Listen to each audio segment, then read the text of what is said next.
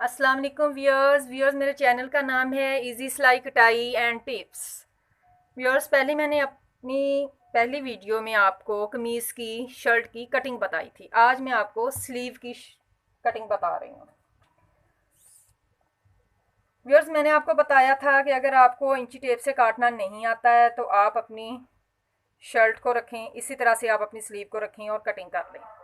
लेकिन अगर आपने इंची टेप से काटना है तो आप सबसे पहले अपनी शर्ट की स्लीव का नाप ले लें। 19.5 इंच की ये लेंथ है। 19.5 इंच पर मैंने यहाँ निशान नहीं लगाना है, बल्कि मैंने इसको 20 पर छोड़ना है, क्योंकि मैंने इसकी कटिंग भी करनी है। और इधर से भी मैंने इसको थोड़ा सा छोड़ना है, ताकि हमने इसकी जो फोल्डिंग करनी है, पाइपिंग करनी है, जो भी करना है वो भी हमने छोड़ना है इधर से।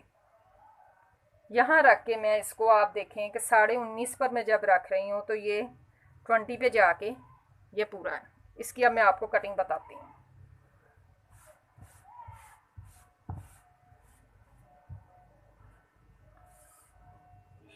ये कंधा आप नाप लें, ये 9 इंच है।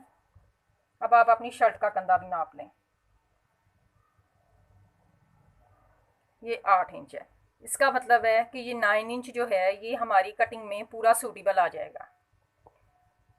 अब आपने ये वाला जो हिस्सा है शर्ट का, सॉरी स्लीव का, इसको आपने नापना है कि ये वाला हिस्सा कितना है।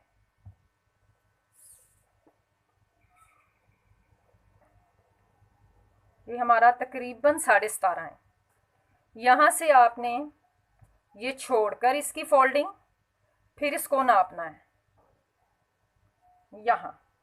यहाँ फिर आपने इसके निशान लगा लेना है यहाँ, कि इसकी कटिंग यहाँ से होगी और यहाँ पर होगी। यहाँ हमारी लेंथ जो है वो कंप्लीट हो रही है। इस पर आपने यूं अब निशान लगाना है। ये इजीली निशान लग जाएगा, क्योंकि जब आपने ये वाली चीज़ को भी नाप लिया और ये वाली चीज़ को भी नाप लिया तो कभी भी आपकी स्लीव की जो कटिंग है वो ख़राब नहीं होगी। अब हमने इसकी फिटिंग का निशान बताना है। यहाँ आपने ये देखना है कि ये कितने इंच है। ये 6 इंच है। 6 इंच पर आपने यहाँ निशान लगा देना है।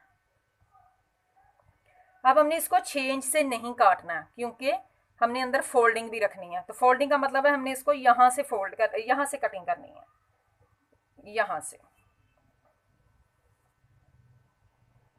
ये बिल्कुल इजी है। सिर्फ आपने पहले ये लेंथ देखी, उसके बाद आपने स्लीव का अंदर वाला हिस्सा देखा, यहाँ से आपने यहाँ इसकी शेप दे ली और फिर आपने इसकी कटिंग कर दी यहाँ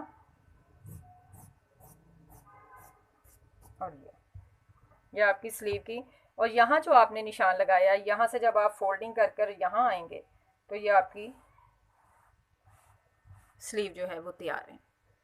इस पर यहाँ निशान सेंटर का ज़रूर लगाएं, ताकि जब आप इसको स्टिच करें तो आपको पता लगे कि कंधे के साथ ये वाला निशान यहाँ कंधे के ऊपर यहाँ पर जाना चाहिए। आगे पीछे होने से आपका बाजू जो है वो बिल्कुल भी सूटेबल नहीं रहेगा, वो ख़राब हो जाएगा। इसको बिल्कुल इस निशान को यहाँ ही रहना चाहिए। मैं आपको अगली किसी वीडियो में इंशाल्लाह कोशिश करूँगी कि इसको स्टिच करके भी बताऊँ। तो चलें, आप इसकी कटिंग को ज़रूर ट्राई करें और प्लीज़ मेरा चैनल सब्सक्राइब करें अगर आपने अभी तक मेरा चैनल सब्सक्राइब नहीं किया है। Okay, thank you.